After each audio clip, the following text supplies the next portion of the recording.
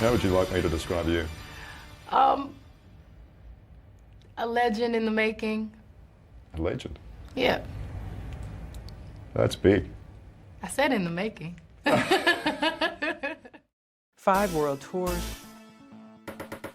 15 Grammys, 9 #1 hit singles, a 15-year career, and a not-so-bad husband. At this point, Beyonce is unstoppable. She set records with Destiny's Child, dominated her solo career, and made something out of that little hair salon dream. But now what? What now? No one talks about what happens when you win. What happens when you're standing on the mountain, the journey you started with ignorance was bliss. No one talks about what happens when the jets stop flying to new places, when the money you have can feed a small village, and the praises start to fall on deaf ears. Despite having the world by the balls, Beyonce was burning the candle on both ends. Yes, she was touring the world and meeting the who's who's of the who's who's, and created a career that most will die for. But for what? And better yet, for who? Sometimes it's not about the awards, the movies, and the fame. That all comes at a price that money can't even afford. Some are lucky enough to know when it's time to turn left. Some are lucky enough to know when to say yes and when to say no. To shut off the mind and just follow the heart. Lucky enough to wake up and smell the roses. My name is Cayman, and this is My Beyonce Experience.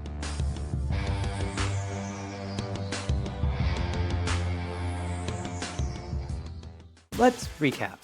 Just a few years ago, Beyonce introduced to us her imaginary friend that comes when Beyonce needs some encouragement. Mrs. Sasha Fierce. This soft, sensitive, but yet sultry, sexy project was Beyonce's 3rd studio album. The Black and White album was a hit. Beyonce became the first woman to win 6 Grammy Awards in one night. She also added to her Billboard Top 10 Hits collection with Halo, If I Were a Boy, Sweet Dreams, and Single Ladies. She premiered in 2 movies where she beats a bitch's ass. Come here, bitch. I'm gonna wipe the floor with your little skinny ass. And embodied a legend in the game. She set out on the world tour and got married. Even though Beyonce was at her peak, it was taking a toll on her mental health, and the people around her started to notice. Her guardian angel, Mrs. Tina Knowles, told Beyonce she needed to take some time off, telling B, if you don't stop now, you'll miss it all. Beyonce, reluctant to take some time off, something she hasn't done since her Star Search days, decided to listen to her angel and cleared her calendar. Her and Jay-Z packed their bags, cashed in on their Delta miles, and left the world behind. As one of the greats have stated, we are spiritual beings living a human experience. Lost away at sea, Beyonce had what some will call a spiritual awakening. This little R&R gave Beyonce much needed time to shut off her mind and listen to her heart, to sit still and to be at peace. While floating with the turtles, Beyonce asked herself, what's next? Why am I here? And what is my purpose? She took a hard look at the life and impact she already created and asked, is this enough? Can I sustain this for however many years?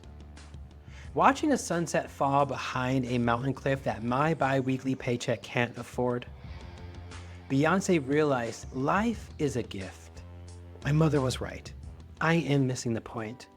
You know, I was reading these 2 books because I relate to this story so much, because in these 2 books I was reading is The Courage of Being This Life and The Power of Now. And both of those books talk about how life is meaningless and how a lot of people can get trapped up into that. But it should be a very freeing thought, because if life is meaningless, then that gives you an opportunity to add meaning to it.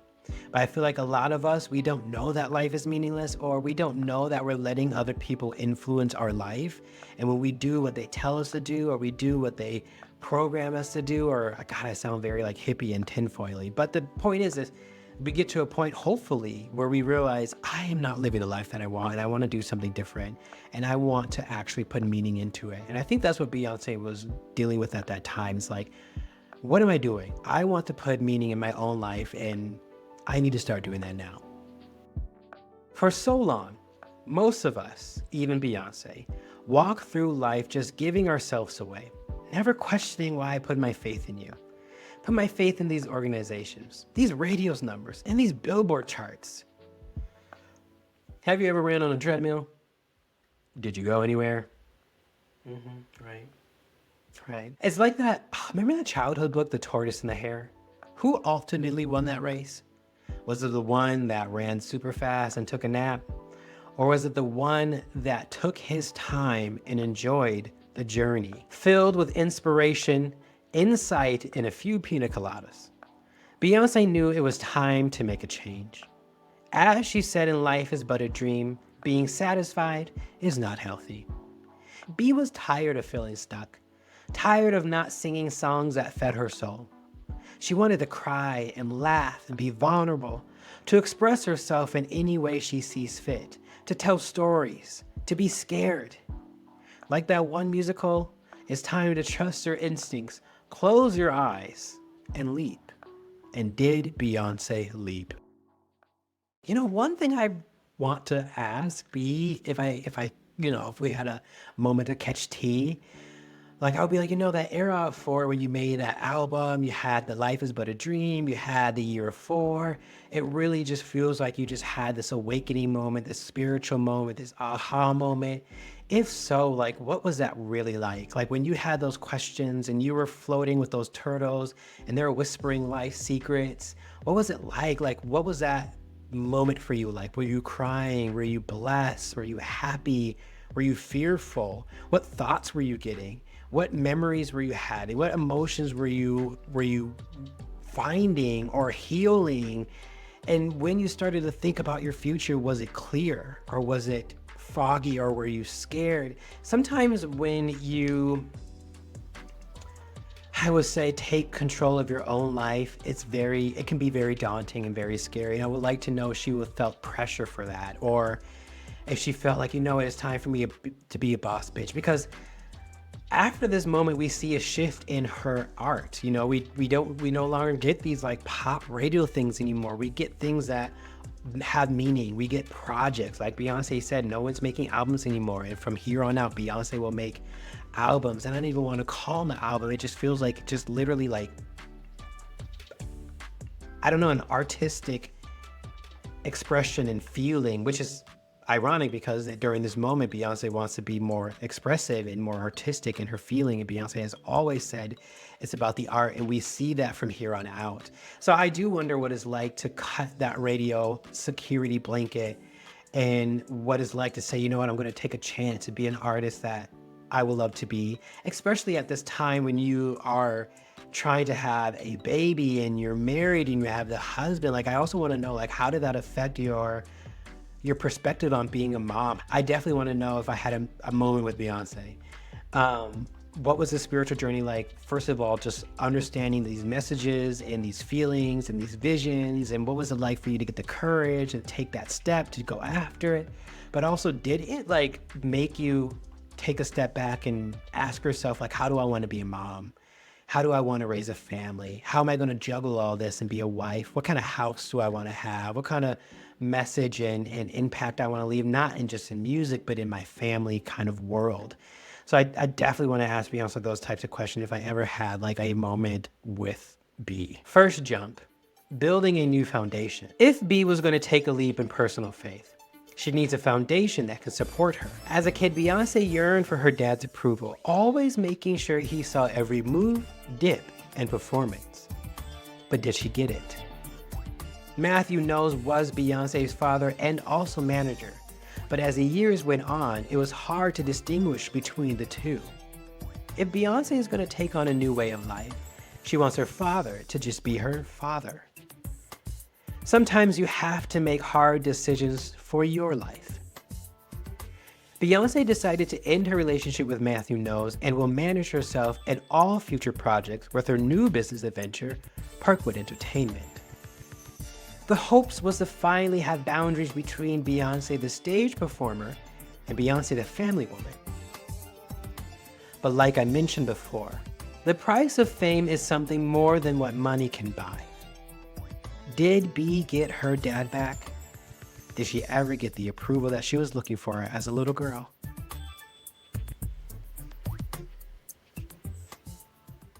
You know, something I would love to ask Beyonce, and this is a question I would love to ask her if I had a private moment and she trusted me enough to say what I want her to trust me enough to speak from her heart. She can even put me on an NDA, I don't give a fuck. But you wanted a relationship with your father so bad. There's something to say about, you know, pop stars. There's something to say about parents being managers.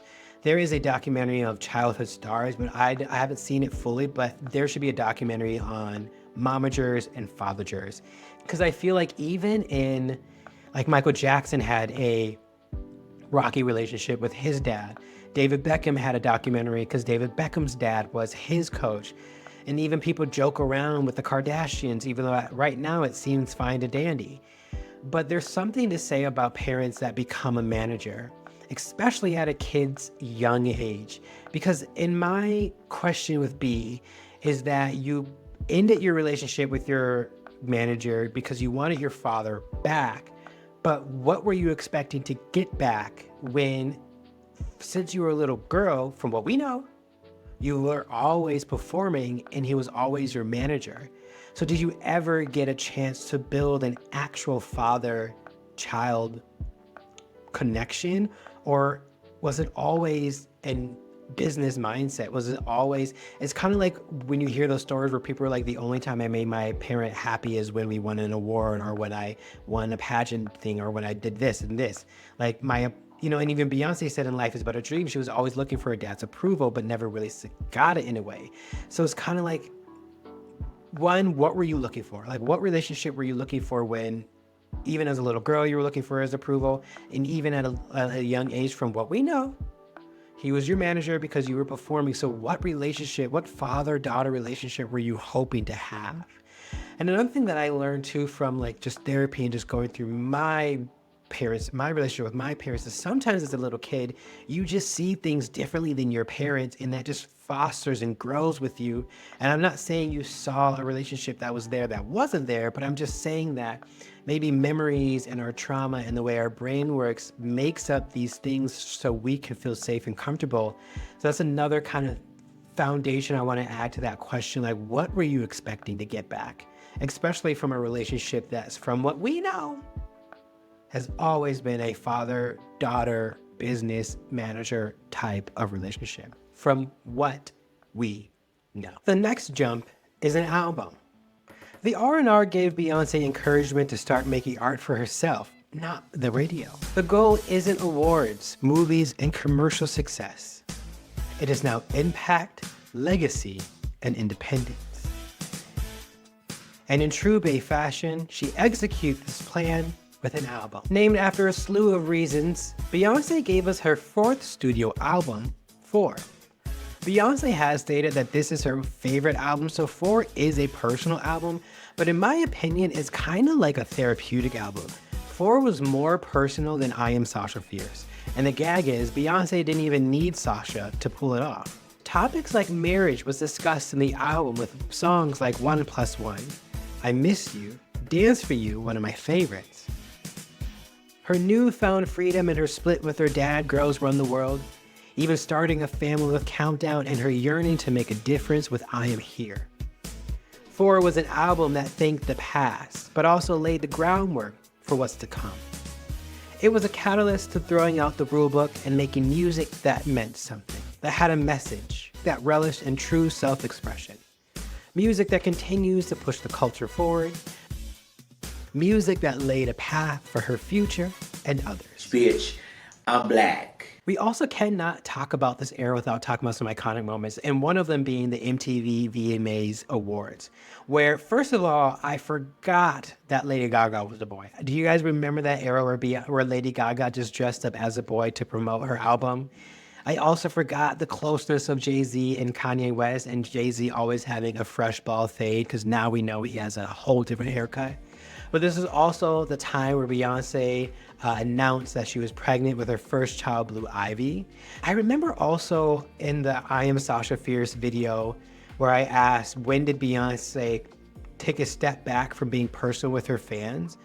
Because in that video, Life is But a Dream, it also talked about her night with Beyonce, a night with Beyonce. And I love that. Not only was Beyonce personal with her fans, like she was in the audience and people were touching her like she was Jesus, but they got to ask her questions like, what are your insecurities? And like Beyonce talked about how she had big ears, or she talks about how she always has a runny nose. So sometimes in performances, she will have snot bubbles.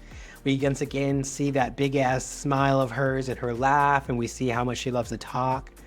But in the Life is But a Dream, when Beyonce announced that she was pregnant, apparently she got a lot of pushback and hateful comments saying that she got a surrogate, saying that she's faking it for views.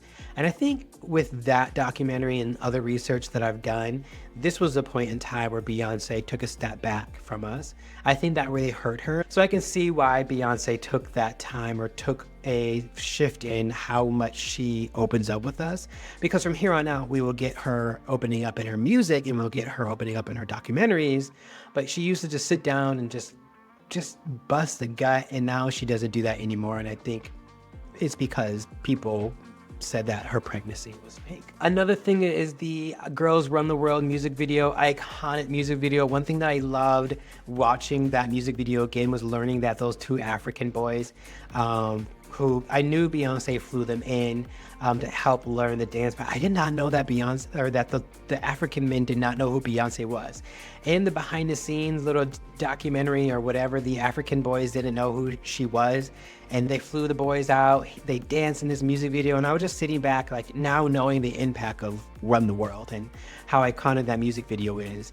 It's just so, like, imagine like you not knowing who Beyonce is, even at that time, and you get flew out and they pay, and all they want you to do is do the same dance you did when you were at your barbecue house for the 4th of July, just kicking with your aunties, kicking with your nephews, playing your favorite music, doing your favorite dance. Now someone's flying you out to do the dance, and now you are part of literally history and one of her most iconic music videos of all time. I remember watching a interview with Beyonce during the Dangerously in Love era of her life, where she talks about how she wants to surround herself with people who just truly love it for the art.